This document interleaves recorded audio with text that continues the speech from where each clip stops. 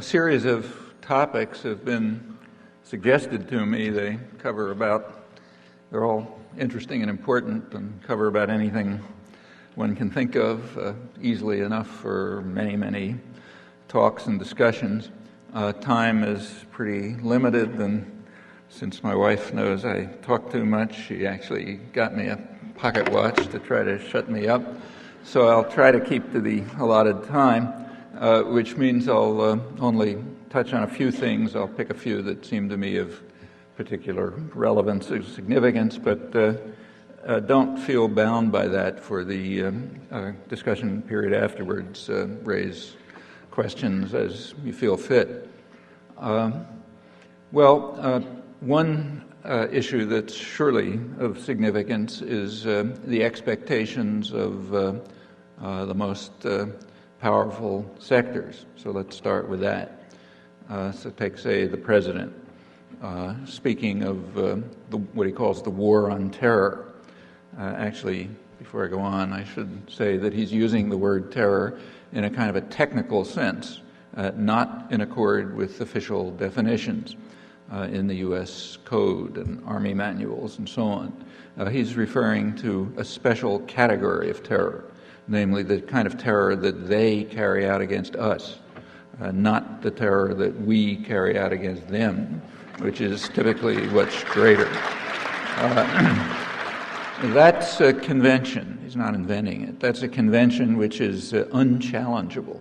You can look at the massive literature on this and see it.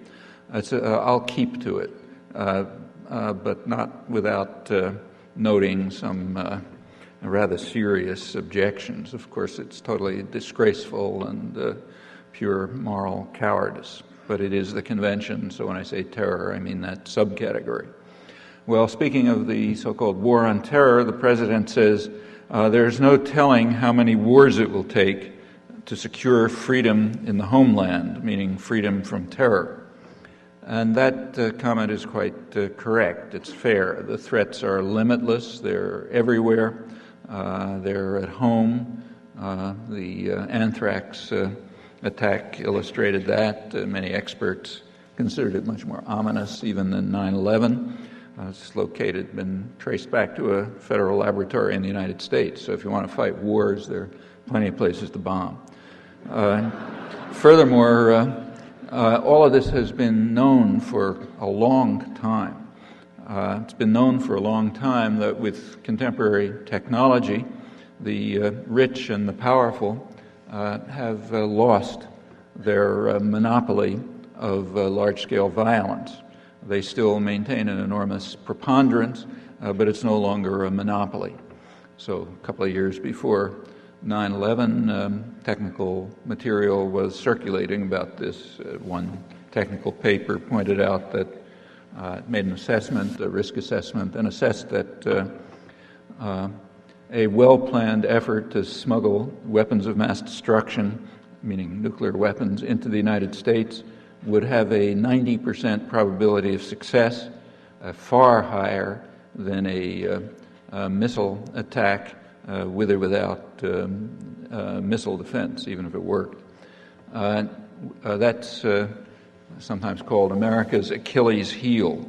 And that's the title of a collection of technical essays by specialists about 4 years ago, published by MIT Press, giving a kind of a laundry list, some guidebook to terrorists on various kinds of horrifying atrocities that they could carry out without much trouble.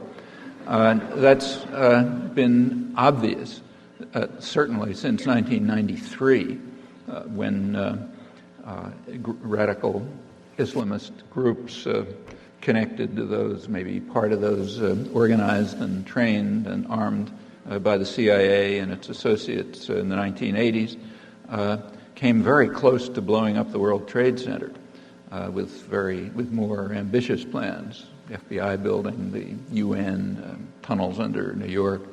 Happens they didn't make it, but building engineers at the time pointed out that with a little better planning, they might have killed tens of thousands of people.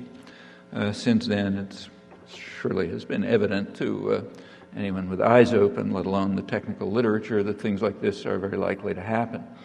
You can't predict when and where, but something. The fact that an attack of the anticipated kind was successful on September 11th, in fact, horrifyingly so, actually, if you think about it, it doesn't actually change the assessment of risk very much, maybe at all. And the risk is quite serious. And it's known. It's also known that there are ways to increase the risk substantially, and that there are ways to reduce it. And those ways are known too. So, for example, if you're interested in increasing the risk, the CIA gave some advice a couple of weeks ago. They pointed out that one way to increase the risk of terror is to attack Iraq. They concluded that it's very unlikely that Iraq is now associated with any of the Islamic terrorist groups, but that if Iraq is attacked, it will very likely spawn a new generation of terrorists bent on revenge, and it also may set off terrorist acts that are already planned, perhaps planned as a deterrent or as revenge. It's been discussed by very mainstream, sober, respected scholars in the field of international relations and related areas. They've been pointing out for some time that U.S. adventurism is driving potential targets to develop weapons of mass destruction, because that's the only way to deter U.S. violence. I happen to be quoting Kenneth Waltz, one of the most distinguished of them, but there are many others. You read that in the mainstream establishment publications. And the same is true of terrorism. For potential targets of U.S. violence, there aren't many deterrents available, and one of the few is terror, one of the few measures of deterrence that's available against a state that is widely regarded as a menace to itself and to mankind as it pursues unilateral world domination through absolute military superiority under a radical nationalist leadership which regards world opinion with contempt. As you can see, I'm quoting. In this case, I'm quoting from a senior associate of the Carnegie Endowment for International Peace, Anatol Yevin, writing in a leading British journal, London Review. Even the national press in the United States, which tends to be highly supportive of power, recognizes, I'm quoting again, that the world is more concerned about the unbridled use of American power than it is about the threat posed by Saddam Hussein. Happens to be a lead story in the press, national press, a couple days ago. Rather significantly, this is true of the regional states, the states right around Iraq. They're afraid, all right, but they're afraid of the United States, not of Saddam Hussein. They despise Saddam Hussein, but they know that there's not much he can do. On the other hand, there's plenty that the U.S. can do, and it worries them. That's even true of Kuwait and Iran, two countries that were invaded brutally by Saddam Hussein at a time when he was a favored U.S. ally. That is, an ally of the people who are now in power, who are mostly from that administration. Just in brief, the threat of this category of terrorism is serious, and there are ways to increase it. And those ways, in fact, are being pursued right now with very fierce dedication. It's not, of course, that Rumsfeld and Powell and the rest of them want to encourage terrorism, but rather they judge it to be insignificant in comparison with more serious goals, and that merits some thought. I'll come back to it. There are also ways to reduce terrorism. They're known too, even aside from the most obvious way to reduce terrorism, and that's to stop participating in it. But I can't talk about that because that violates the convention, so I'll put that aside. Keeping to the convention, one way to reduce terrorism, which is well known, is careful police work, and that's successful. It was very successful recently in Germany, primarily, much more than anywhere else. Germany recently broke up a major al-Qaeda cell through police investigation. In contrast, bombing Afghanistan apparently had little effect on terrorism and may actually have increased the threat, according to U.S. intelligence, reported a couple of months ago in the New York Times, and I noticed in this morning's national press as well. Well, that's not a great surprise, actually. The role of Afghanistan in terrorism, including 9/11, is still pretty obscure. How obscure was pointed out by the head of the FBI in June, Robert Mueller, when he was testifying before the Senate Investigating Committee. And he informed them, this is 8 months after the bombing of Afghanistan, he informed them that the FBI now believes, that's his word, the FBI now believes that the plot may have been hatched in Afghanistan, but was planned and implemented and financed in Germany and the United Arab Republic, Emirates. Well, that's what's now believed. So it isn't too surprising if bombing Afghanistan didn't have much effect and may actually have increased the threat, as U.S. intelligence now concludes. So what was the purpose? Why do it in that case? Well, here's one possibility discussed by a reputable source. Abdul Haq is one of the most highly respected of the Afghan leaders who opposed and fought the Taliban. Highly respected in the United States, incidentally, and also by the new Karzai government. And like quite a lot of other Afghan opponents of the Taliban, he was bitterly opposed to the bombing and condemned it and called on the United States to end it. His argument was that the bombing was, apart from destroying the country, was undermining efforts of his and others to overthrow the hated Taliban regime from within. And he went on to give his judgment as to why the U.S. was doing it. He said the United States is trying to show its muscle, score a victory, and scare everyone in the world. Well, if that's a correct analysis, it was successful, at least in that. Well, putting such analyses to the side, one way to reduce terror is known, careful police work, not just in this case. Another way to reduce terror is to pay some attention to the people who have the most experience in the matter. So take, for example, Israel has plenty of experience. There's the General Security Services, the secret police that runs the occupied territories, Shabak. The head of the Shabak, recently retired, Ami Ayalon, pointed out very recently that those who want victory against terror want an unending war unless they are willing to address underlying grievances. That's correct, and Bush planners understand it very well without hearing it from him, but they don't want to address the underlying grievances. In contrast, an unending war, even if with more terror, is acceptable, and in fact, even more than acceptable. It's even necessary.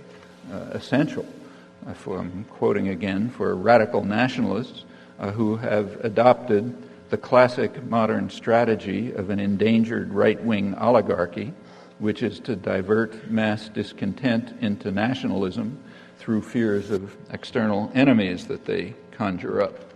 It's the same senior associate of the Carnegie Endowment for International Peace, and is one of the reasons why the world, a large part of it, regards the United States as a menace to itself and to mankind as it continues on this project.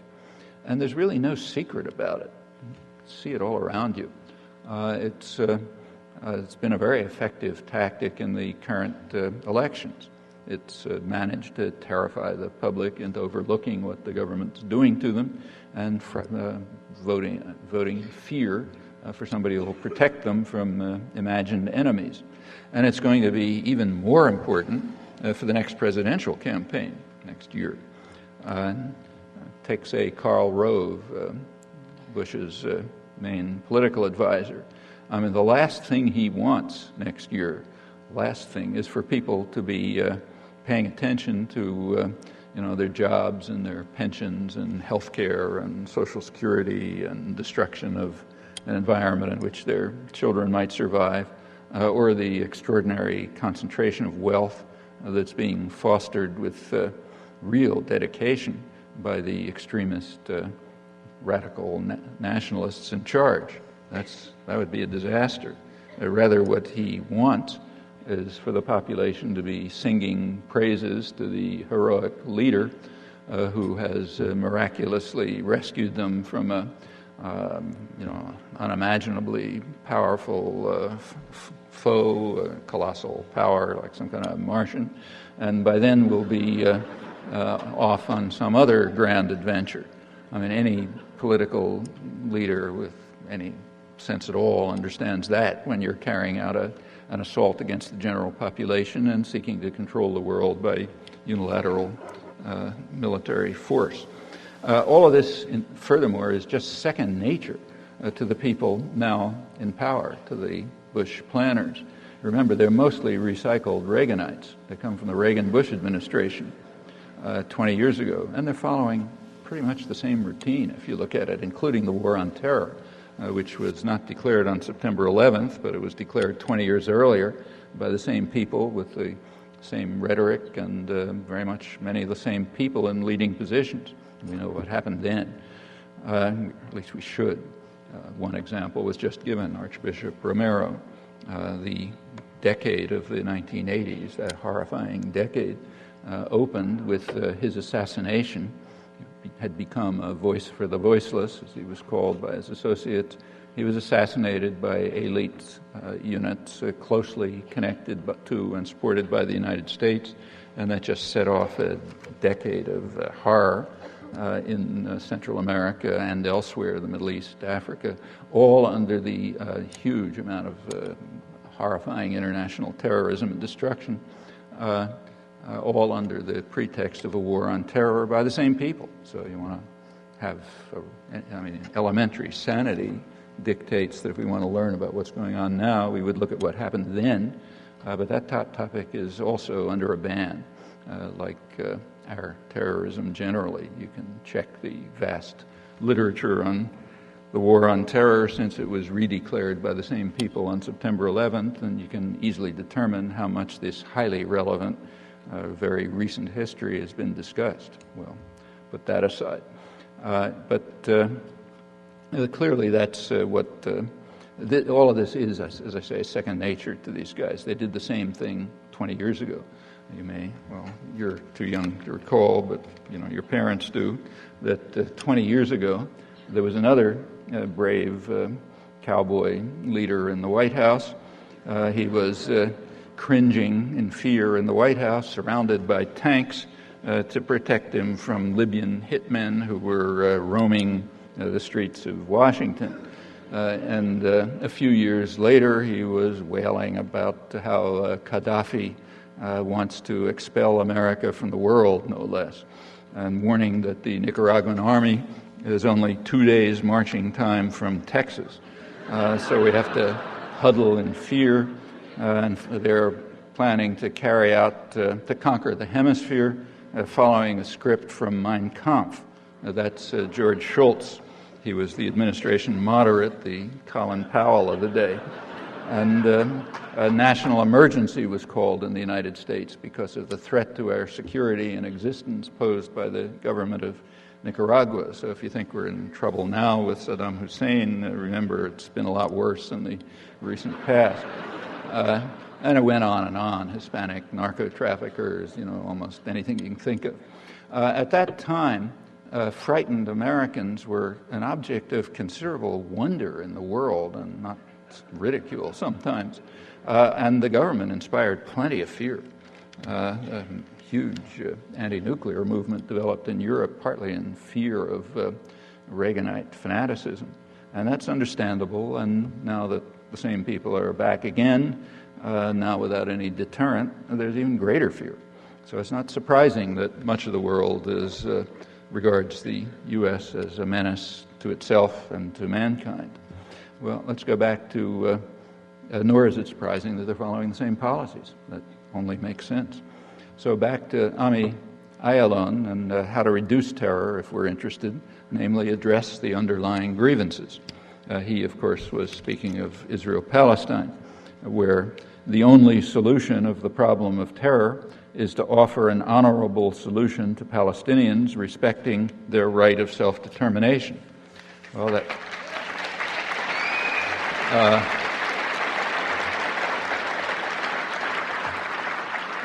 that happens to be the conclusion of the head of the Israeli secret police that runs the territories, but I was quoting somebody else, namely one of his predecessors, Yehoshaphat Harkabi, who was the head of Israeli military intelligence and a leading Arabist, and that was 20 years ago.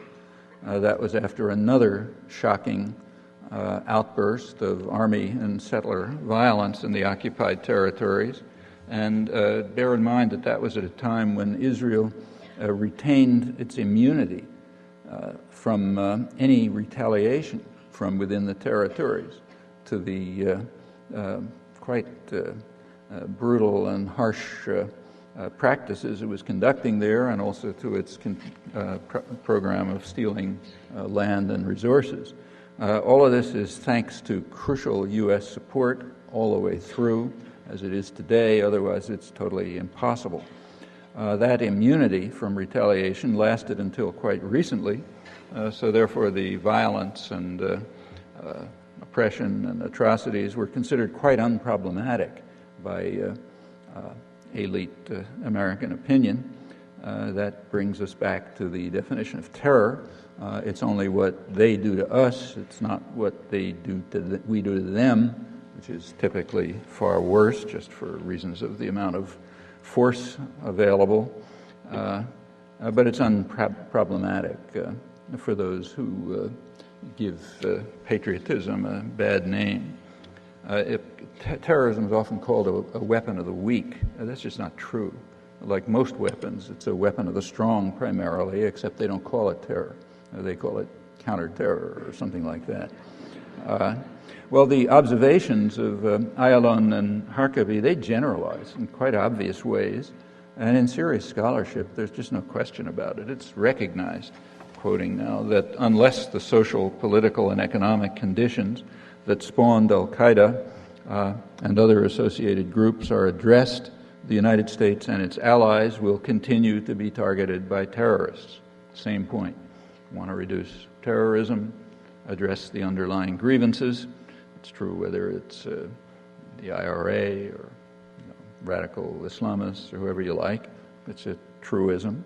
It's only intellectuals who are posturing before the galleries who sink to such mindless absurdities as the claim that explanation is justification, or who claim that whatever is going on, it's all their fault. We don't play any role by definition because we're so good or even magnificent. That's the common stance of the powerful right through the ages. Nothing new here. We're just replaying the same ugly and disgraceful record. In fact, you have to insist on this so strongly that even the government record, the internal U.S. government record at the very highest levels, has to be rigorously suppressed, and is. You can check again. So take George Bush's pathetic question, why do they hate us? Answer, because we're so good. But the question was, he's not the first person to have asked the question, and anyone who wants to understand these issues should know that. The question was asked long ago, 45 years before, by President Eisenhower in 1958. This is an internal discussion, but it's been public for years. I wrote about it 10 years ago when it was declassified. In 1958, Eisenhower discussed with his staff what he called the campaign of hatred against us by the people in the Arab world. And the staff, the National Security Council, highest planning body, gave the reasons. The reasons are a recognition in that region that the United States supports brutal and repressive governments and blocks democracy and development, and we do it because of our interest in controlling the oil resources of the region. That continues right into the present. Now we don't have secret documents, but we have public investigations, and they lead the same results, exacerbated by particular policies. All of this, incidentally, has absolutely nothing to do with hating America. These are mostly people who like Americans, who greatly admire American freedom and democracy, who participate in, these are managers of multinational corporations. They have no problem with what's called globalization or any of that stuff. What they hate is U.S. government policies that block democracy and development and support brutal and repressive regimes in order to ensure control over the resources of the region. And that goes on right up to the present. There's a wave of anger in Pakistan, for example, over U.S. support for a harsh military regime, which is clearly undermining democracy. The same is true in Central Asia, and it's all over Egypt, all over the place. You have to be blind not to see it, perfectly blind, purposely blind, because it's not hidden. The resources of the region are not a joke either. Back in the 1940s, in 1945, the State Department described the resources of the Persian Gulf as a stupendous source of strategic power and one of the greatest material prizes in world history. It's not a small thing. The U.S. was, of course, committed immediately after the war to taking control of that stupendous resource and material prize, and did so. The problem is not access. It's important to understand. It's control. The material prize yields a huge flow of wealth to the United States in various ways, and the strategic power translates into an instrument of world control. Now, that's quite critical for understanding U.S. goals in Iraq. As the second largest oil reserves in the world, second to Saudi Arabia, access has never been a problem, and it isn't a problem now. It's control. There's a lot of misunderstanding about that, and it's important to think it through carefully. Well, let me return to the expectations of the powerful. Luckily for us, they tell us about it. An important public document produced about 2 years ago by the, 2.5, almost 3 years ago by the National Intelligence Council. That's the collection of the highest intelligence agencies along with academic specialists and others. They have a publication called Global Trends 2015. So what do they expect for the next 15 years? Here's the main prediction. What they call globalization will continue on course. Its evolution will be rocky, with increasing financial volatility and a widening economic divide. Just think about that for a minute. Theoretically, globalization is supposed to lead to convergence, integrated market with a single price and wage. But they're predicting the opposite, a widening economic divide. That means less globalization in the technical sense, but more in the doctrinally preferred sense. That is, the people who matter will do just fine, and the rest sort of not our department. More financial volatility means slower growth, harming mainly the poor. Actually, that lifts the veil on another aspect of foreign policy, a rather striking feature for the past 25 years or so, what's called Neoliberal Policy, or sometimes globalization.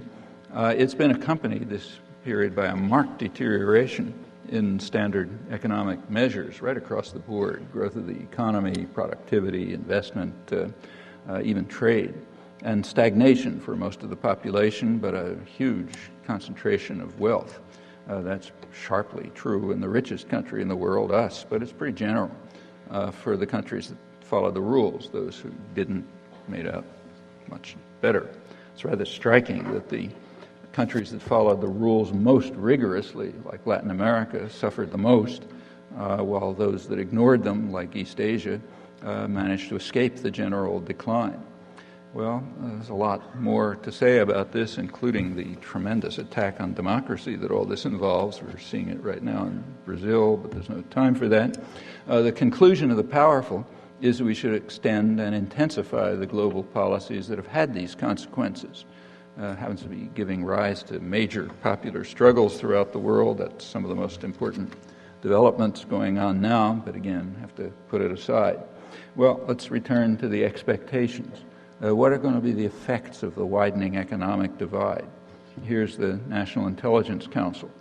As globalization proceeds, deepening economic stagnation will foster political, ethnic, ideological, and religious extremism, along with violence, much of it directed against the United States. So we're back to the so-called war on terror and underlying grievances, which have to be addressed unless we prefer to more terrorist atrocities and an unending war. And as I've been trying to point out, that's a rational choice for a radical nationalist, extremist leadership, which has the plans that it does. Well, it's interesting that the same assumptions are made by military planners. And just to indicate how narrow the spectrum is, I'll take some from Clinton-era documents. So there's another public document, actually intended for the public, came out in 1997, published by Clinton's Space Command, called Vision for 2020. What do they expect to happen in 20 years? They predict a growing gap between the haves and the have-nots. The have-nots are going to have to be controlled. It's the same prediction as the National Intelligence Council about the consequences of deepening stagnation and a widening economic divide. And that's a good part of the thinking behind the vast expansion of U.S. military power. I mean, even before September 11th, it completely outweighed any possible combination of adversaries or allies. September 11th gave a pretext for a sharp increase, which is completely unrelated to terrorism, but is closely related to global dominance and to controlling the extremists who will follow from the stagnation and widening economic divide. The Visions document gives an interesting history of this. They point out that in the past, countries had to develop armies for self-defense. The example that they use is the United States, where the army was necessary in self-defense for the peaceful people who were spreading across the continent and taking over half of Mexico, and they had to be defended from the indigenous population who they were expelling and exterminating, or those who were irrationally trying to keep Mexico. That's called self-defense, and that's why we needed armies. Then they point out that navies were needed to protect commercial interests and investments. Now there's a new frontier, space, so we got to militarize space to protect U.S. business interests and investments, and of course to control the growing number of have-nots as deepening stagnation fosters extremism and violence. That's the war on terror, which of course will be another terrorist war. The most ominous development is the militarization of space.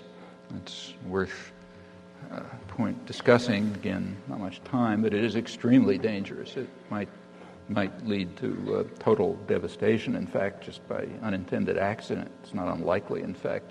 And again, the world is very frightened. There is an Outer Space Treaty, 1967, which bans military use of space. In the last couple of years, the United Nations General Assembly has been reaffirming the treaty. The reason is they know the U.S. intends to violate it. And that's approved unanimously with two opposed, the United States and Israel, which is really one opposed because Israel's become basically a U.S. military base. The same is true of the UN Disarmament Commission. Meets in the last couple of years, it's been meeting, last Clinton years and since, trying to do the same thing, but can't get it through. The U.S. won't allow it. In fact, just last week, October 23rd, the United Nations, again, the First Committee, which is essentially the General Assembly, approved two resolutions. One was a resolution to ban weapons in space. A second was a resolution to reaffirm the 1925 Geneva Convention that bans chemical weapons. Once again, two countries opposed, the U.S. and Israel. They both abstained. And a U.S. abstention amounts to a veto, actually a double veto. For one thing, the decision is vetoed, and secondly, it's vetoed from the media and from history.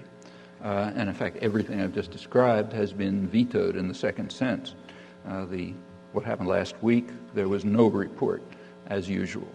And it's pretty serious, banning weapons in outer space and reaffirming a 1925 Convention Against Chemical Weapons. Highly timely, too. Takes some discipline to suppress all this. But the point is that editors and commentators probably understand, without anybody telling them, it's just not a good idea to allow citizens to know of plans that may bring to an end biology's only experiment with what's called higher intelligence. Well, a lot of this is disguised as missile defense, but defense, as usual, means offense, and everyone understands that. U.S. military analysts agree with Chinese military analysts that missile defense, quoting them, is not simply a shield, but it's also a sword. It's an enabler of action. Missile defense will provide the United States with absolute freedom in using or threatening to use force in international relations, cementing U.S. hegemony, and making Americans the masters of the world. Actually, I'm quoting military analysts in the liberal and conservative press. They're not very different. That's the reason behind the reasoning behind the national security strategy that was released a couple of weeks ago, and that seriously intensified the growing fears of the United States throughout the world. Well, let's come to the Middle East, which is the focus of present concern. What are the expectations there?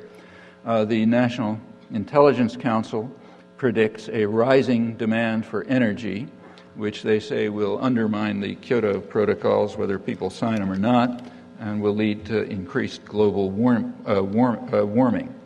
One of the main arguments for a war in Iraq, as I'm sure you know, is that once the U.S. regains control, it can increase production, lower prices, increase the rising demand, make sure there's twice as many cars on Milwaukee streets, and escalate the destruction of the environment.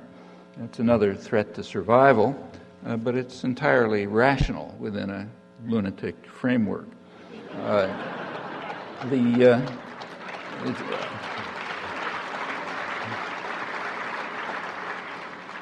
The National Intelligence Council, of course, talks about the Persian Gulf. They say the Persian Gulf region, that's Iraq and Saudi Arabia and Iran and so on, that will see large increases in oil production capacity and will rise in importance to world energy markets.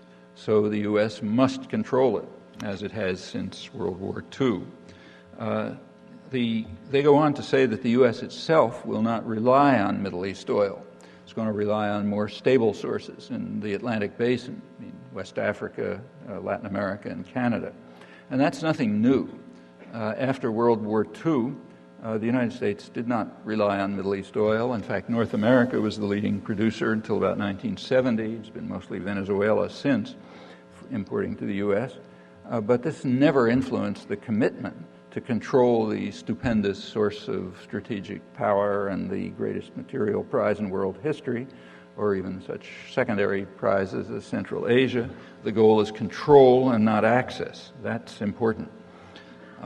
The war in Iraq, which is planned and will come unless we stop it, pretexts are offered. They're pretty hard to take seriously. I can come back to them if you like. But there certainly are reasons. One reason is the regaining control of the stupendous source of strategic power, at least this part of it, and the material prize.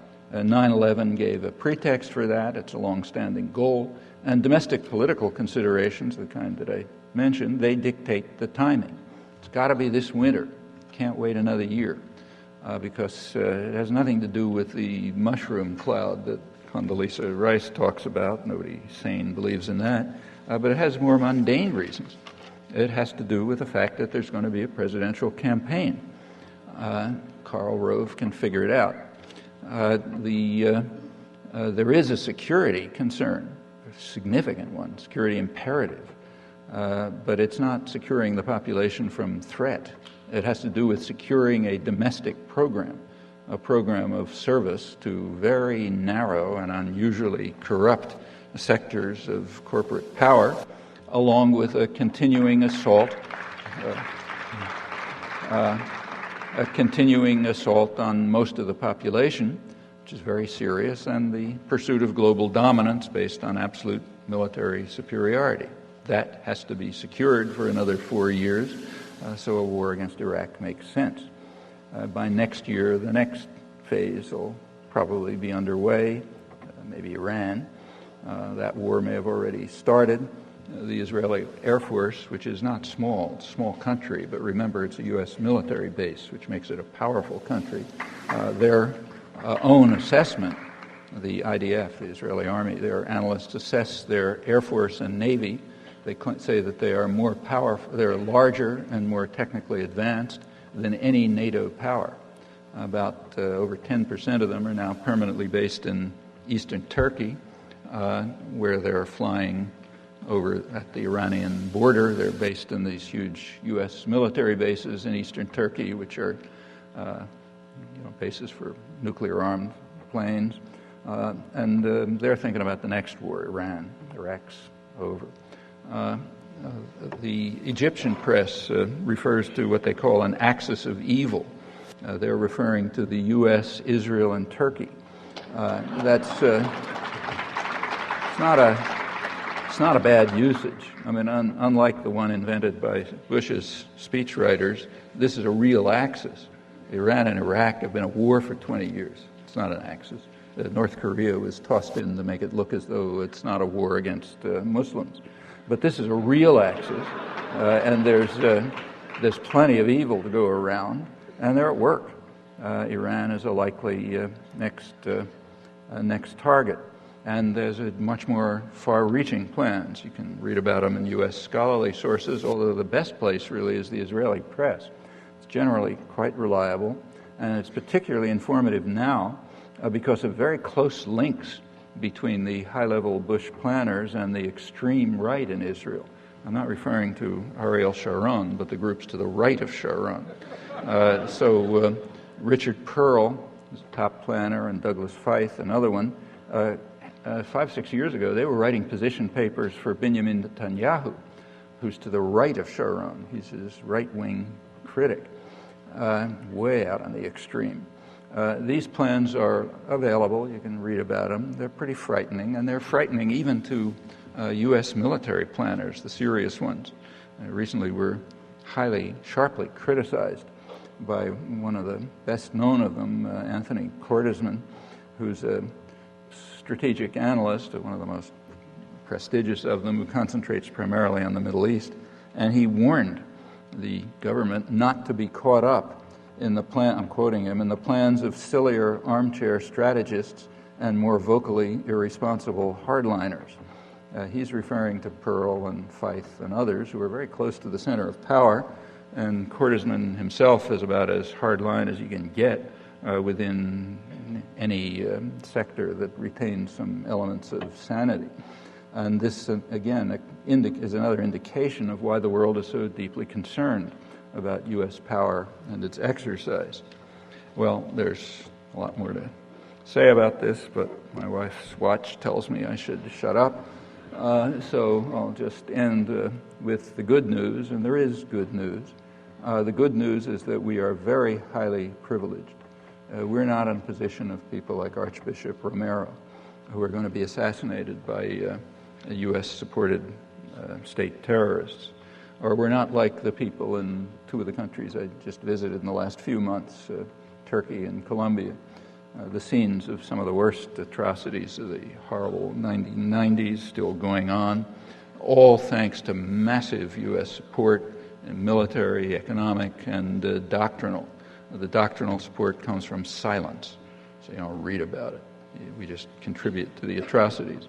And there are people there, kind of like us, in fact, very prominent people, leading writers, artists, priests in Colombia, academics, human rights activists, who are constantly struggling very courageously for things like freedom of speech or for defense of people who are millions of people who are being subjected to vicious, miserable oppression and destruction, thanks to us. And they face dangers. They face assassination, like Archbishop Romero and not a few others. Or prison and torture and other pretty serious consequences. We don't face any of this. We are uniquely privileged. We have the means to determine whether the ominous tendencies that are frightening the world will continue, or whether policy takes a different course, a more constructive course, and the enormous wealth and power that we have in our hands will be used to build instead of to destroy.